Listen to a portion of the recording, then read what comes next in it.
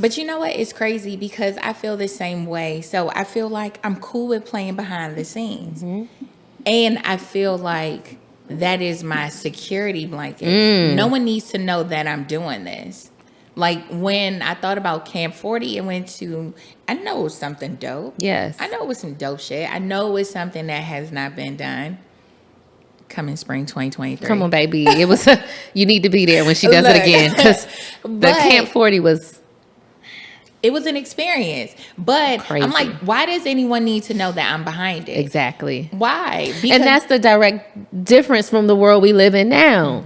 The world we live in now, everybody got to know you did it. They have to know that they have to know. And I am still trying to wrap my head around that. I'm still trying to show up and be that person because my creative abilities come when I am by myself. Absolutely. So, you know, to tap in and be like, oh yeah, that was me. I'm not even that type of person. Yeah, you're not even that type of person. I'm not. It's not even like, oh, a subtle flex. I'm not that type of person. I just did it. Hey you, welcome to Shades of Content, a show that teaches entrepreneurs how to effectively use content to market their business and stay content while doing it. I'm your host, Patrice, a wife, a mom of 3, and a 15-year public relations and marketing professional who decided to open a brick and mortar content studio 4 years ago. And I honestly haven't looked back since. Join me as I share my experiences and the experiences of other entrepreneurs who, like me, are navigating this maze of owning a business, running a family, and trying to stay sane and healthy while doing it. I'll tell you, it's an amazingly challenging journey, but I honestly wouldn't have it any other way. See you soon. Hey there. Are you a content mompreneur, or better yet, are you a content mompreneur? What does that mean? That means you're a mom who owns a business and is on a journey to seek contentment in your professional and personal life. If that fits you, because that is definitely me, then you need to get your Content Mompreneur checklist. Tap the link in the show notes to see exactly where you are in your journey of contentment. It's something that I am just really starting to hone in on and focus on, because the bottom line is we have to be able to find that level of peaceful satisfaction, peaceful happiness through all of our life changes. And I'm on a journey to find that for myself, and I actually want to help you find it too. So tap the link in the show notes to take your Content Mompreneur checklist, and then shoot me an email or a DM to let me know where you stand in all of that. Here's the rest of the episode. Hey everybody, welcome back to another episode of Shades of Content. This is episode 90, and I am very proud of myself. I've been at this thing for 2.5 years, and I'm like, how do we get to episode 90, 10 away from 100? And so it just feels good. So welcome back to Shades of Content, the 90th episode of Shades of Content. I'm your host, Patrice. If you're new here, you don't know my story, I'm a mom, I'm a wife, I have 3 kids. My kids actually are here right now, so if you see these little heads bobbing and noise, it's them. You already know how we do because you've heard them and seen them before. And I am a business owner. This is my space here, content. It's a studio called Camp Space. I wear a lot of hats, and that's why I created this show, because I, like many of my peers and the people who listen to the show, I do so much, and I'm also really adamant about finding my place of contentment, and creating this show brings me contentment. Going to the pool on a Monday brings me contentment. Like, life is hard, life is busy, but you really have to be able to find that place of peaceful happiness in every single thing that you do. And that's what this show is about. Finding the place of contentment, but then also learning how to market using content, right? So it's a twofold. So I'm happy that you're here. I feel like I've already talked too long. We have a guest, Tiffany. Hi. Y'all already know when I be having guests on the show, it be either like I don't know the person, but I look up to the person, or I really know the person and there's somebody that I love and someone I look up to. Tiff, you know, you my boo. No. But they be my real friends, right? Because I want to have conversations with people that I know I can learn from, honest, like, you know what I'm saying? Like, everybody ain't gonna fit on this show. No. But Tiffany is someone who fits on the show. And Tiffany, I'm gonna just keep it a buck. I text Tiffany today asking her if she could come. In the middle of meetings, I was like, broke out into an immediate sweat. What? My hair's not done? Oh my God. But Talking about some not ready, hair's not done, I don't know what to wear, and then came in here looking very cute. I had to throw it together for you. Threw it. Because of you You're so sweet. am I here. Because you know I look up to you, and I'm like, anything to help her be successful, I will help her do. Y'all, So, yeah. get you people like that in your corner, and I promise you will go far. Tiffany and I met 2004, 2005. Had to be. It was after college. Yeah, so like definitely. 2006, I think. Had to be. Yeah. I was well into my career. Yeah. Wait, when we went to Miami, you were in your career? Oh, yeah. No, I was girl. at Mandarin. That's right. Yes. That's Yes. right. Yes. So Tiffany, myself, a whole gang of us. He was like 12 deep. And I think I just added myself to the trip because I wanted to go to Miami for Memorial Day. Which was a whole mistake. We didn't know what was going to happen. We didn't know.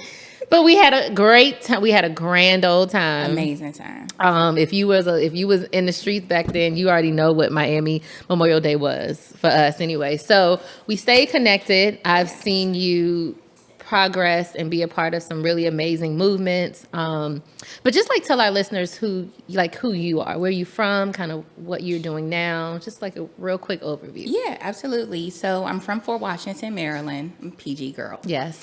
Pretty girl county. So I'm from Fort Washington. Now I live in Southeast DC. I'm a transplant, essentially. My dad was from Northeast, and it's crazy because my dad's from Benton Road. And he would always be like, pretty girls don't go to DC. So I was always scared to go to DC. And it's crazy that I now live in Southeast. In Southeast. Yeah, absolutely. But I went to University of Maryland Eastern Shore, Hawk Pride. And when I came out of college, I was like, I'm ready to go. Like, I was in a dual degree program, and I went to FIT. When I came back, I was like, I'm ready to get life going. Yeah. So then I wanted to plan weddings, and that's how I wanted to start my career. Gotcha. And that did not work out, essentially, because it was just too, when you're working with someone's personal budget, it is like too many. You gotta take away. Okay, take one more off. Yeah. And it was not gonna work. So, And I don't think people, not to cut you off, I feel like the wedding industry now is way different than when it was back then. oh yeah, Yeah. it's way different. Yeah. It's way different in a good and a bad way. But either way, I mean, I don't know. Even though I'm fully capable, but Right. you know, it just depends. If we got bottomless pockets, let's do it. Let's do it. Yeah. But from starting my career at Mandarin Oriental, I just fell in love with food and beverage. So food and beverage, I just worked my way up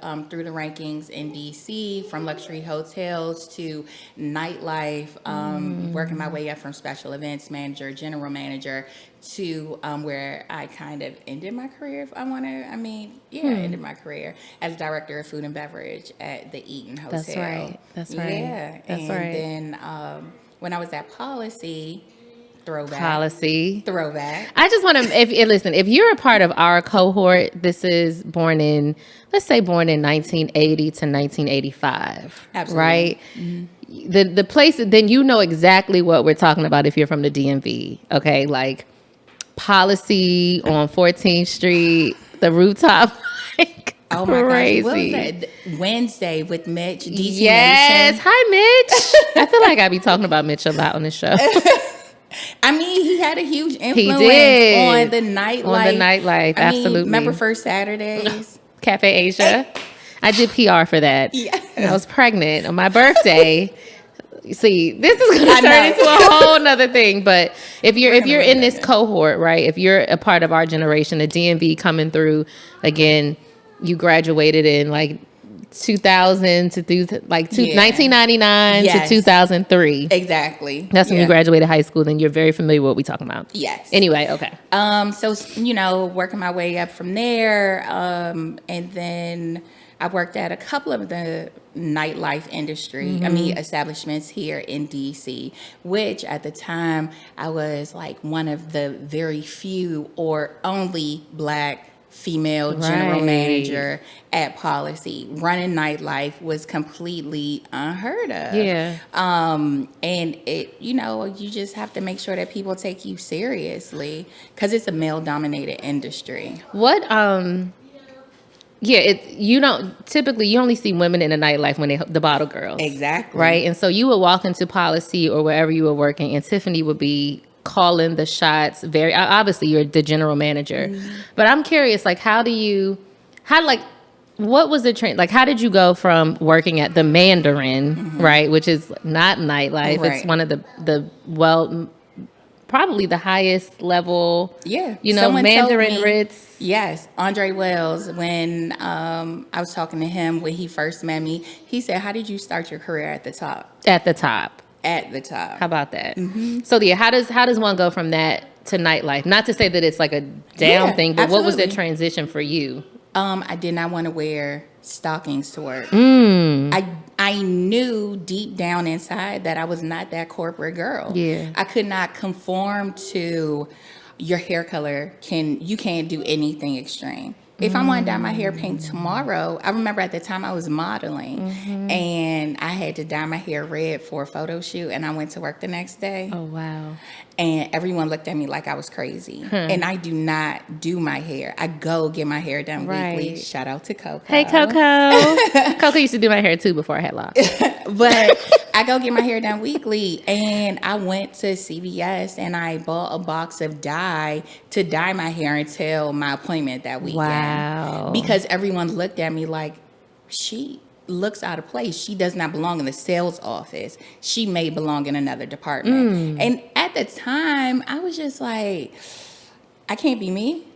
I can't be me. I couldn't wear like extreme nail polish. You had to wear closed-toe shoes. You can wear your toes out, stockings. Yeah. And that just wasn't me. I want to wear jeans to work.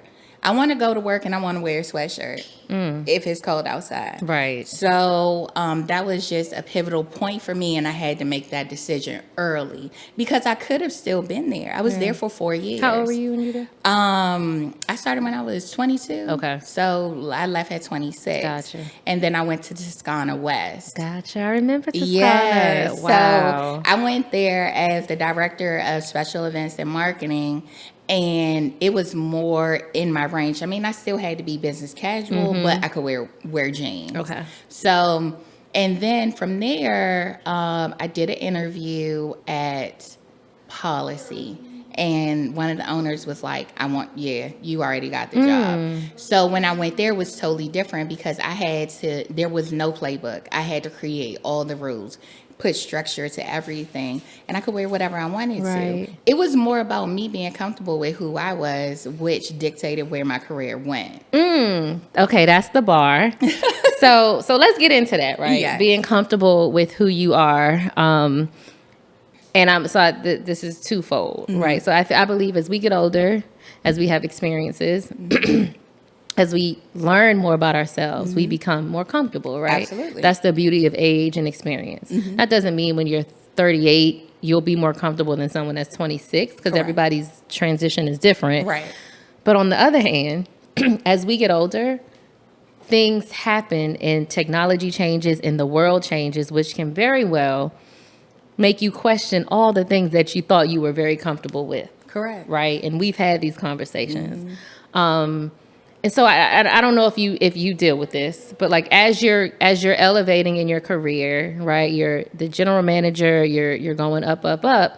Times is changing, right? Times is changing. Yes. Social media is existing, people looking different, people changing their bodies, like all, especially in the nightlife industry. Yes, Okay. absolutely. So I guess my question is like, did you experience any of those kind of conflicting ideas as you're going up in the ranks or not?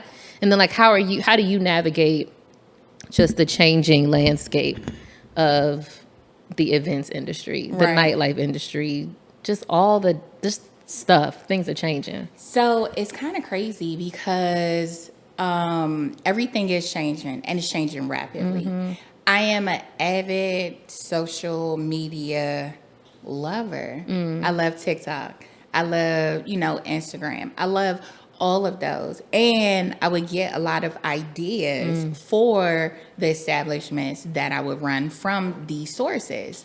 However, I would also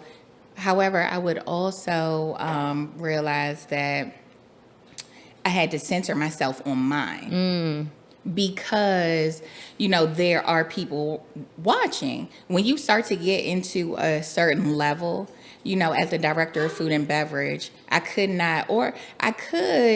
openly express my opinion, but I also have to realize like who I am. Right. So, and the influence that, my words or my retweet or, any type of influence may have on some people. Right. So, that's why I was like, you know what? When I start working, I'm going to work for myself so I can say whatever the fuck I want to say. All right. So how do you go from working, general managing nightlife to entrepreneurship? Right. This isn't my first journey on just being a solo act. This is actually my maybe third attempt. Yeah. So one day I woke up. I had just recently purchased my home, and I realized that I was not able to enjoy my home. I would come in, I would get something to eat if I wanted to. If not, I would just go straight to the shower and to the bed. That was it.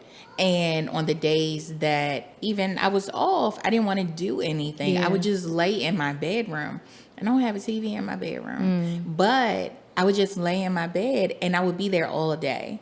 And I realized that I wasn't able to enjoy my life the way that I envisioned it. Right. So I woke up one day and I called my mom and I was like, hey, I'm about to quit my job.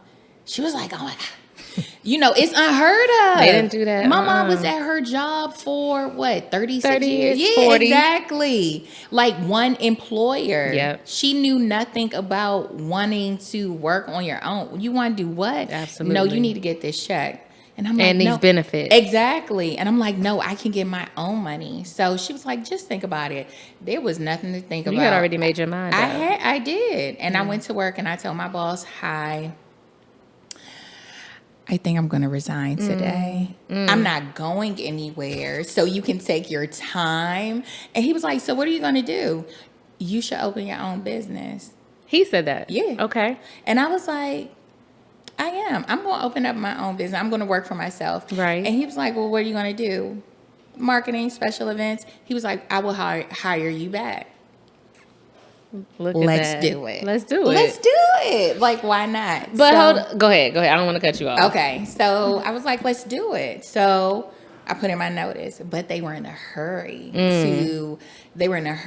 to find somebody for my replacement because I was the glue that held it together. So, and I had been there for so long. I was there at the time, I think 6 years. Yeah. So, they hired somebody. I trained that person, and I was like, okay, I know what I'm getting from them, but it's not enough. Right.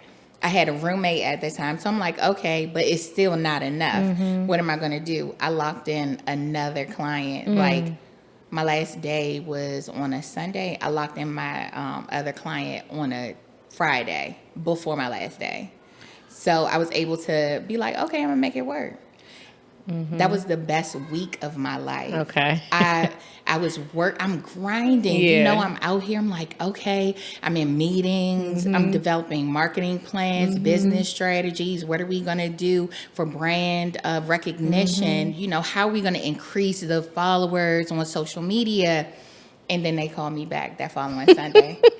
I was on my own for 7 days.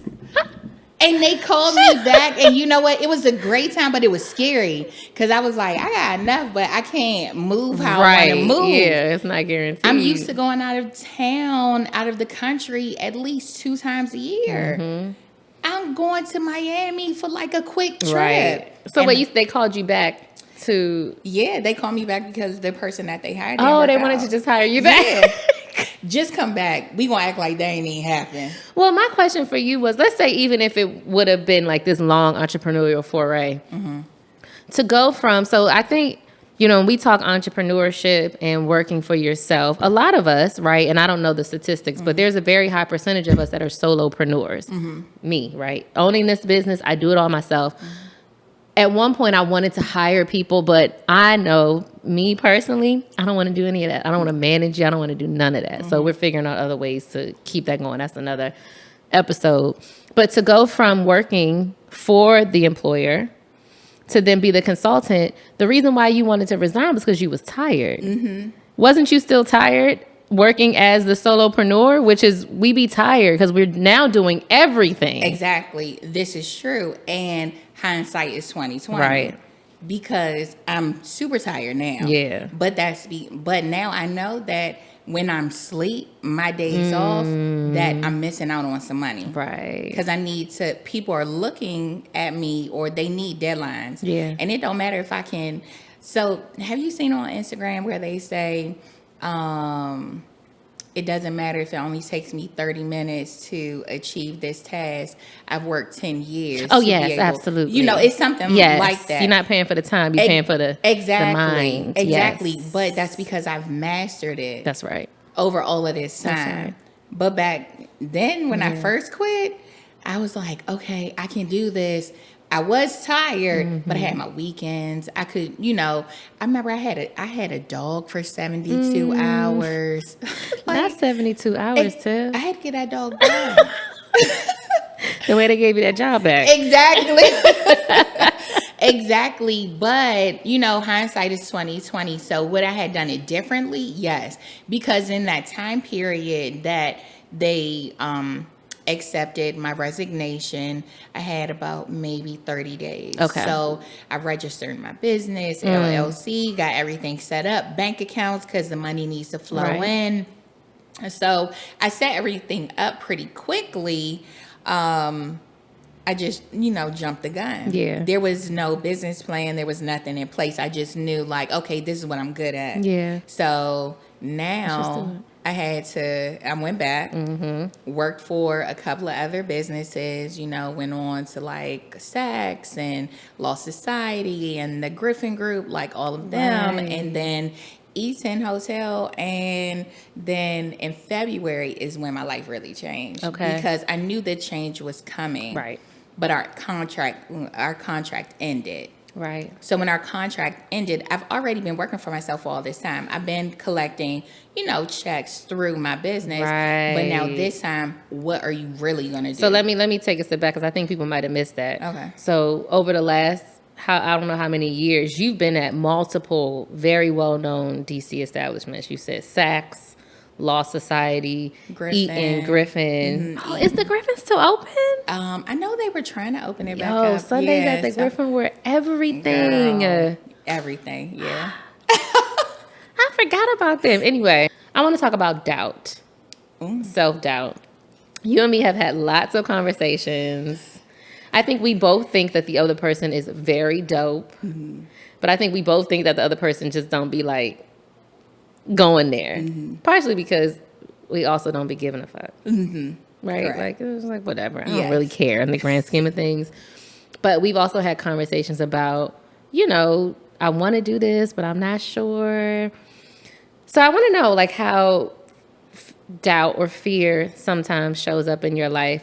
I haven't given you guys this background. Obviously, Tiffany, being an events, beverage, food, you have very impeccable taste. I remember the first brunch that you hosted.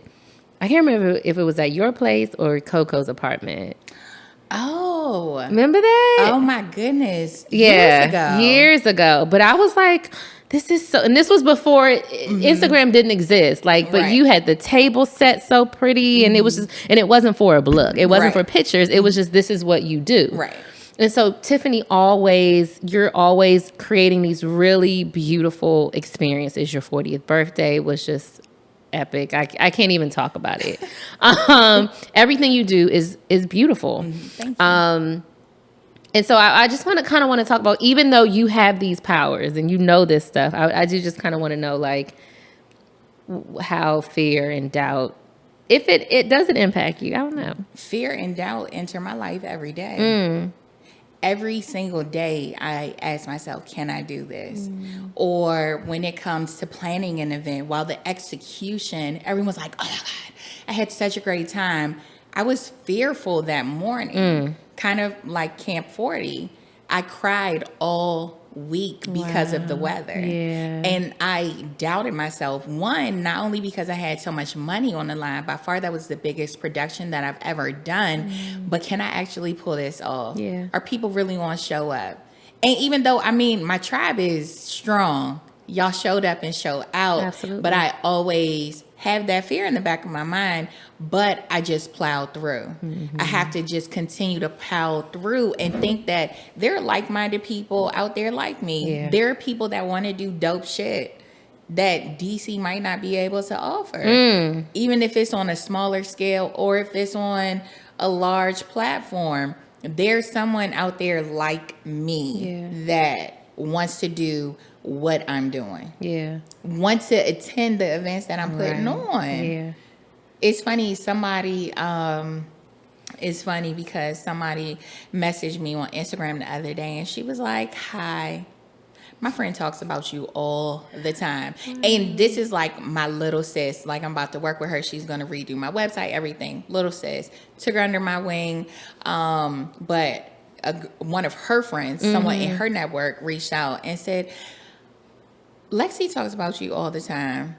What is it that you do?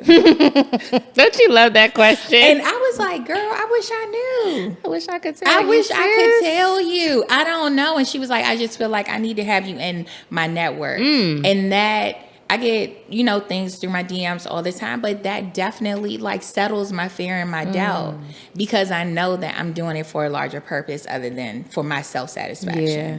And I think we're blessed to come from an era of, because it wasn't all of the lights and everything wasn't about what you showed, it was actually about what you did.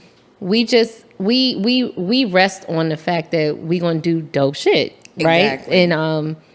And I think a lot of our peers get that question or used to. I don't get it anymore now because people they know I own this. Right. But people ask me that all the time. So what do you do? And I'll still get random emails like, well, can you help me with this sponsorship? Right. Can you do this public? And I'll be like, I don't do none of that Right. no more. Can you write this bio for me? Yes. Remember you wrote my bio years Write your ago? bio. Oh, I used to write goodness. bios, y'all. Some of your favorite DMV legends, I wrote their bio. Anyway.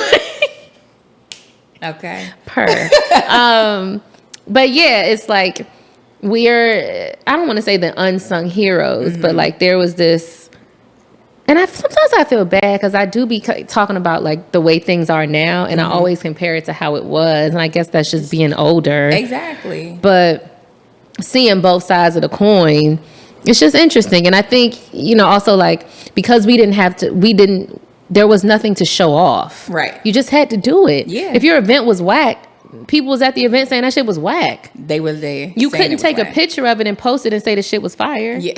You just couldn't do that. But now that's like the world we live in. And it's just for me, it's hard to navigate in that space when I know, as someone who's been a publicist for big names, as someone who watches the influencers come into the space and create, I know the real, you know what I'm Right. saying? I've always known the real. And so it's hard to dive into that mix. But you know what? I don't know. It's like you said, we see both sides of the coin because now you can mask the real real quick. Your camera editing can be amazing. I came through your event. Everybody was on their phone, but I see this reel and it's lit. And it's lit. That's weird. That's why it's 60 seconds. That's why it's I'm only getting a glimpse of everything, but you actually have to participate. Right. But now also I feel like a lot of people nowadays don't do the work. We did the work. Yeah. We did the work to get to where we are. And like I said, like if I can do it in 30 minutes, every event that I have, I see it in my head clearly. like a dream. Yeah, that's crazy. I see it in my head clearly. It is the execution part that takes like the most time. Right. And then it's trying to get the buy-in. You know, trying to get the buy-in from other people. But now as I get older, it's also trying to reach back to like, okay, who's coming up? Who wants to come to Dope Stuff? Who is, you know, doing the same thing that I'm doing? Yep. Or, you know, because I mean there's also a lot of corner cutting. Yeah. And I don't cut no corners. Can't. No, if my event, I'm going to pay for it. You know, if that means that my event is going to really be top notch, I'm going to pay for it. It doesn't, I really don't do it for the profit. And that's a bad thing. That's a bad thing because it's like now, I mean, this your source of income. So you got to make sure you don't go in the red now. You got to make sure that you at least break even. Right. Do you think that and this is something that I'm not dealing with, but I think about this. Do you feel like you are living as your truest self right now? God, loaded question. That's deep. That is. Me? No. I was going to immediately say no. Yeah. Immediately no. Absolutely not. I know, exactly. No, I don't. I think I'm getting there. Okay. Definitely getting there. Yeah. But right now, living as my truest self, no, because there's still a lot of things that I know that I could be doing that I just don't. Like what? Like, I can say like, oh, I didn't have time to work out today. That's bullshit. Got it. Because I wake up between 6:30 and 7 o'clock every morning. And then I go back to sleep and then I start my day. Right. I have time. Right. I have the same 24 hours that Beyonce has. And it's just how I choose to, if I choose to spend an hour in the bed, you know, flipping through social media. But I also feel as though that's like my research time. True. Absolutely. You know, because I might not necessarily be on like TikTok or Instagram. I might be on Pinterest. Right. So, you know, it's research time, but could that be enough time for me to work on my personal space, my personal health? Yeah. Yes. So, I mean, I feel like I'm on my way. I just haven't arrived. I would agree with that. I think one thing that I've come to grips with, and I just told my husband this and my son, right? Because we were having a conversation. Tiffany knows my family. Yes. We had a conversation to my son, you know, he wants to be in the NBA. Who doesn't? And I had to be real with him, like, are you putting in the work? Right. And maybe you're just saying that because that's what your peers are saying. You might need to have a real conversation with yourself and see, is this really what you want to do? Yeah. Think about it. And so I use myself as an example because, you know, for 4 years, maybe longer than that, I've told myself or thought that I wanted to be this Black woman, entrepreneur, mogul, hiring people. And I said, well, maybe my job, and I would say this on the show. I don't need to be behind the scenes. I'm supposed to be in front. I'm supposed to be in front. I'm being scared. But maybe God wants me to be the strategic communicator behind the goddamn scenes. Maybe that's what he wants. Maybe. And I'm like, and I had to use, and I said to my son, I was like, I had to have a very real conversation with myself about that because it doesn't mean that I can't still own a space. Exactly. It doesn't mean I can't still be in front of a camera creating a podcast because I want to do it. The only reason, not the only reason, but the number one reason, and I've said this before, why I do this show is so my kids can have now 90 hours of audio that they can hear me, video that they can see me when I die. That's the number one reason why I do this show. Really? No bullshit. No bullshit. I have so many things I can just keep talking about. So when I'm not here anymore, my kids can be like, you know what would my mom do? And play it. That's the number one reason. But it has such influence. For sure. And that's because I'm supposed to be doing it and I have something to say, right? Exactly. When my kids listen to this 50 years, whenever down the line, they may not care about the subject matter. Right. But there's gems in it. They're going to hear my voice. Absolutely. You can't take that away from them. No, not at all. You know what I'm saying? So maybe this is the in front of the camera that I'm supposed to be doing. And whatever comes from that is fine. But I'm learning that I can't force this business mogul comms. Like, that ain't me. Right. First of all, because I don't really be liking these people. Like, I don't be liking people. Right? Me too. If I love you, I love you. Right. But otherwise, it's like, what are we doing? I'm not going to sit here and do all this stuff for you. And some people be like, you messing up. You could be getting a check, da-da-da. Right. There's other ways to get checks. But you know what? It's crazy because I feel the same way. So I feel like I'm cool with playing behind the scenes. And I feel like that is my security blanket. No one needs to know that I'm doing this. Like when I thought about Camp 40 and went to, I know it was something dope. Yes. I know it was some dope shit. I know it was something that has not been done. Coming spring 2023. Come on, baby. It was, you need to be there when she does it again. Because the Camp 40 was.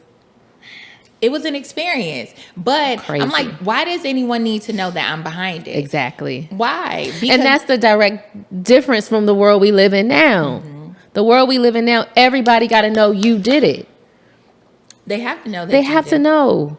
And I am still trying to wrap my head around that. I'm still trying to show up and be that person because my creative abilities come when I am by myself. Absolutely. So, Absolutely. you know, to tap in and be like, oh, yeah, that was me. I'm not even that type Yeah, of person. you're not even that type of person. I'm not. It's not even like, oh, a subtle flex. I'm not that type of person. I just did it. Just did it. And yeah. I thought about it in the shower. And I saw it clear as It made fuck. it happen. And I made it happen. But now, like you said, am I supposed to be that behind the scenes person? Because I take the back seat to a lot of shit nowadays. People wouldn't even know. People wouldn't even know. I'm the glue that keeps that shit together. Who put this shit together? I'm the glue. Period. Facts. So, I mean, it's just, interesting. you know, living into our truth. So, like you said, we still working on really accepting like what is really meant for us and what we're supposed to do. Yeah. Because, I mean, people do it every day. Less experience, or they might have equal experience, but because they're more boisterous, you know, they might be able to, you know, draw a bigger crowd. Yep. Not saying that the events aren't equal, but it's because they are out there. They out there. Exactly. Yeah. Like I'm working on my social media content. Why? Because I feel like my life is my life. And the dopest parts of my life don't make my Instagram. But that is the best part, though. That'd be the thing. That'd be like, that's the best part. You don't need to know what I'm doing. Exactly. You're not here. Why? I don't know you. We're not friends. And I'm also not trying to sell you something that I need 1,000 people. Well, I mean, would I love 1,000 people to come here? Yeah, but it's just an interesting conversation. It's a very you know? interesting conversation. And I feel like we could talk about it forever. We could. That is why I love TikTok so much. Yeah. Because they are just regular people that decided, you know what, I'm going to turn on this camera, I'm going to get these lights, and I'm going to record myself. And I'm going to talk to people. But it's relatable. Yeah. So you find yourself drawn in and you're like, what'd she do this week? Like, let me see. But you also have to think about what comes with that when you're in the spotlight like that. Like, yeah, TikTok may be giving you a check, but then you have to have your content development days. You have to strategize. You have to make sure. Job. It is real life a job. It's a job. So, And much respect to creators. Absolutely. Because it is a job. It is a full-time job. And Yeah. don't let you have a fulltime job. Then you got to come home when, you got to Can come you home imagine? after work and do it. Absolutely You not. got 2 full-time jobs. You do. Yeah. It ain't for me. That's why it's a small amount of people that do it and get a lot of money for it. And they're good at it. And they're great at it. It takes it takes something I ain't got. I can tell you how to do it. I can give you all the ideas. You can book a session in the show notes. But other than that, Yeah. and that's why me and you really be on the same page when it comes to, and I think a lot of our peers are on that same page. And that's okay, because I think those that are coming under us are different. And we're at a time now where we're hiring them to do it for us. You know, that's where I'm at. Like when I say like my true self, and I've said this before, is homeschooling my kids. We're living on a beach. And that's it. I definitely see I'm myself just spending money. I definitely say I'm working towards disappearing. That's the ultimate goal. Like, I don't want to live in the U.S. forever. I want to live in another country. Yeah. I mean, the U.S. demands so much of you. It does. You have to work really hard to get like this much.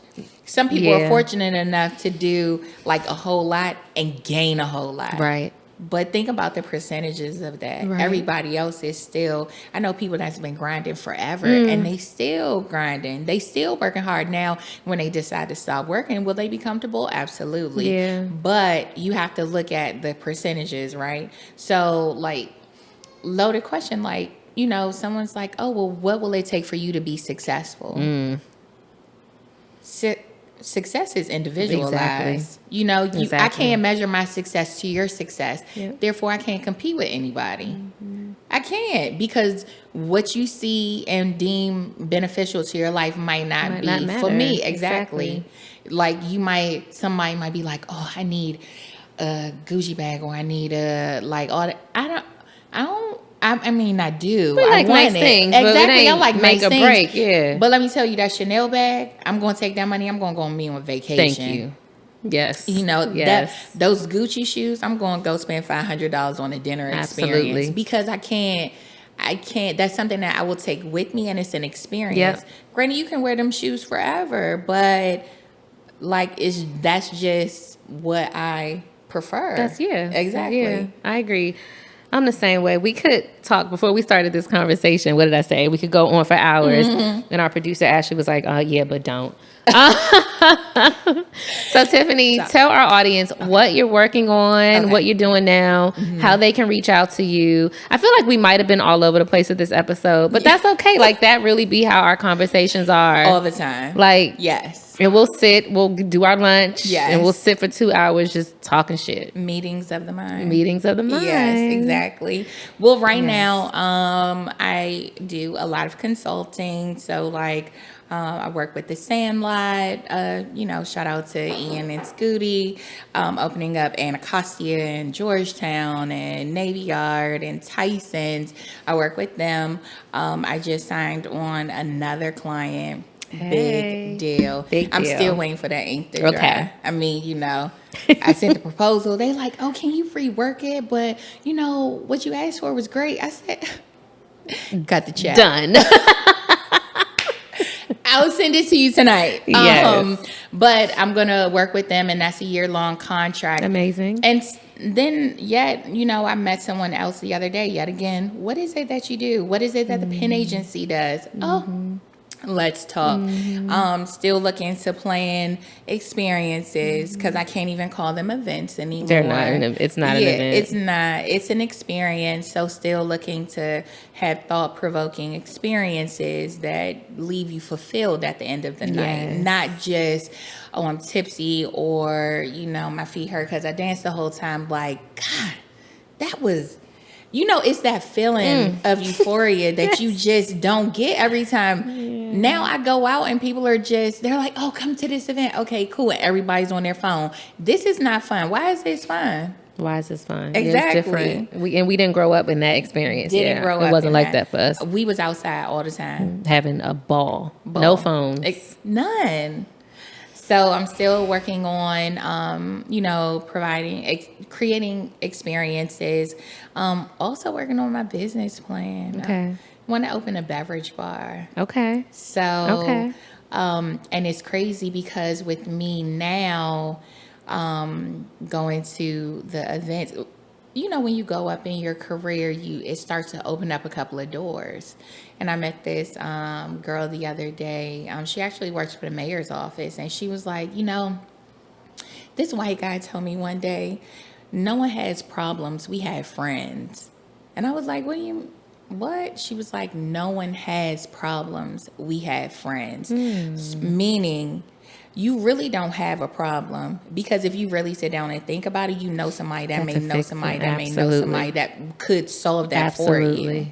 Because, you know, to think or even to imagine like, oh yeah, I want to own a space, like Camp Space. I remember when you first got this, you was like, oh my God, you know. Just like that was just like that. So it's like, you know, for me to say, oh, I want to open a beverage bar, and It's like, is that possible? Ooh, I don't have enough capital. The way that they're giving out grants, the way that they are new business, minority business, women-led businesses. You live in the city. Yeah, exactly. Why don't you have that beverage bar yet? Yep. So you stand it in your own way. That's it. Deep. So once you, what did they say? Life really begins on the other side of fear. That's it. Yeah. Just got to do it. Exactly. Do it. Where can they follow? We'll put all her stuff in the show notes, but Okay. where do you want people to follow you? Just so they can hear it. Can they follow you? Yeah. Dang, girl. Yes, they can follow me. Okay, so I know, because I told you social media, but I'm working on that. I'm about to have a team. Lord Jesus. No, they can follow me at Tiffany N Penn, Penn, like Penn State. I use my real name, no alias. I am me. Real people here. Yes, exactly. And so I have 2 Instagrams. So I have the Penn Agency, and then I have Penn Tales. Yes. And Penn Tales is the event space, the experience. Yes. And Penn Agency is where my moneymaker, how I live. I love it. You guys, I hope you gleaned something from this episode. I did. I always have such a good time talking to my people. Thank you, Tiff. I love you, girl. I love you too. And I'm so proud of everything that you're doing. Like the 90th show, that's major, Patrice. Thank you. Like, and you just keep going. A lot of people would have given up. And you just keep going because, it's a real gem. Thank you. Yeah. Yeah, I'm tired, but it's okay. It's like, I find myself saying this a lot. God gives you exactly what he knows you can take on. Absolutely. And so here we are. It's Amen. Dark. My kids are here. I still have another episode. But, oh, shit. And RJ's probably texting me. Oh, my God. Oh, my God. Oh, my God. That's a wrap. Real life. See y'all next week. Follow, like, subscribe, share. Everything you need is in the show notes. Happy 90th episode. Happy 90th episode. All right, now, y'all, don't forget to connect with Shades of Content on Instagram at Shades of Content and with me, Patrice Camo, at Patrice Camo. And also be sure to rate this show, leave a review, and subscribe because that's actually the only way that we're going to grow. I'll see you next week.